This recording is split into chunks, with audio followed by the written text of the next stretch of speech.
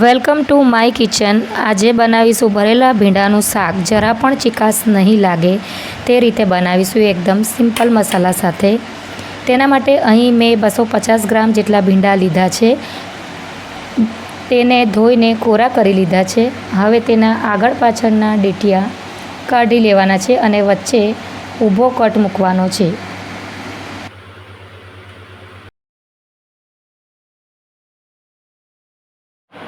અહીં મેં 8 થી 10 કળી લસણ અને એક લીલું મરચું આદુનો નાનો ટુકડો વાટી લેવાનો છે।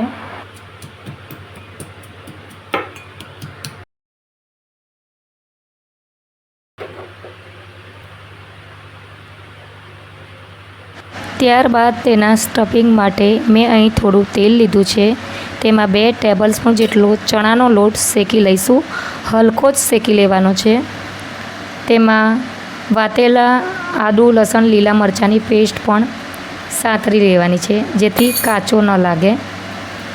મસાલો શેકાઈ ગયો છે, તેને બીજા વાસણમાં ટ્રાન્સફર કરીને તેમાં હાફ ટીસ્પૂન હળદર, 1 ટેબલસ્પૂન જેટલું ધાણા જીરું, 1 ટેબલસ્પૂન લાલ મરચું એડ કરી 1 ટીસ્પૂન મીઠું અને અડધો લીંબુનો રસ નીચોવી લેવાનો છે જેથી ભીંડામાં ચીકાશ નહીં પકડે। ઓપ્શનમાં તમે હાફ ટીસ્પૂન જેટલી ખાંડ પણ એડ કરી શકો બેલેન્સ કરવા માટે। મસાલો સારી રીતે મિક્સ કરી લેવાનો છે। છેલ્લે સમારેલી કોથમીર ઉમેરી લેવી।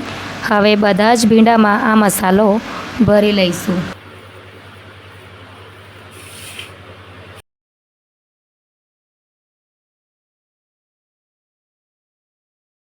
બધા જ ભીંડા તૈયાર થઈ ગયા છે। હવે કડાઈમાં તેલ લેવાનું છે, તેમાં અજમો અને હિંગ સાંતળીશું અને ધીમેથી બધા જ ભીંડાને તેલમાં મૂકી દઈશું।